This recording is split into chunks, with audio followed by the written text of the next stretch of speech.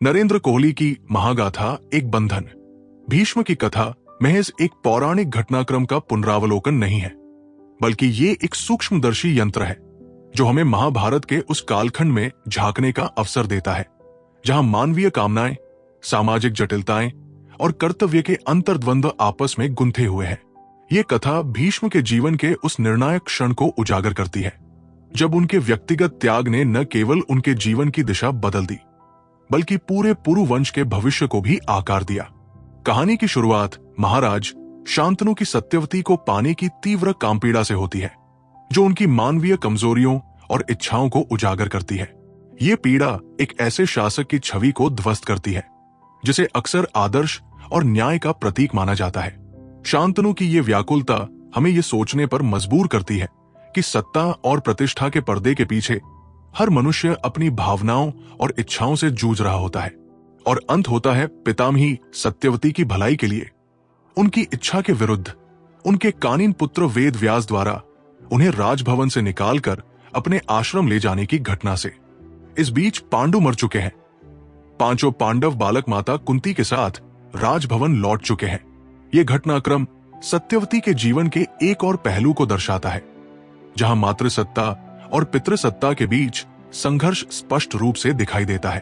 वेद व्यास का यह निर्णय सत्यवती के प्रति सम्मान और चिंता का प्रतीक है, लेकिन यह राजनीतिक और सामाजिक व्यवस्था में एक महत्वपूर्ण बदलाव को भी दर्शाता है। नरेंद्र कोहली की सबसे बड़ी विशेषता यह है कि वे पात्रों की आत्मा में प्रवेश कर उनके आंतरिक द्वंद्व और प्रेरणाओं को उजागर करते हैं। वे पात्रों को सिर्फ पौराणिक चरित्रों के रूप में नहीं, बल्कि जटिल मानवीय व्यक्तित्वों के रूप में प्रस्तुत करते हैं, जो अपने निर्णयों और कार्यों के परिणामों का सामना करते हैं। उनकी दूसरी विशेषता यह है कि वे पात्रों और घटनाओं को इसी दुनिया से संबंधित मानते हैं, जिससे कहानी अकल्पनीय या परालौकिक नहीं लगती। ये दृष्टिकोण कहानी को अधिक प्रासंगिक और रिलेटेबल बनाता है। महागाथा एक बंधन में पितृसत्ता, मातृसत्ता, बहुपत्नी, बहुपति, दहेज प्रथा और इसके विपरीत धन लेकर कन्या देने जैसी सामाजिक नियमों, विवाह पूर्व के प्रेम संबंध से उत्पन्न संतान की सामाजिक स्थिति और पति की मृत्यु या अक्षमता की स्थिति में संतान प्राप्ति के उद्देश्य से नियम सम्मत ढंग से दूसरे पुरुष की सहायता लेने जैसे विषयों पर गहराई से विचार किया गया है।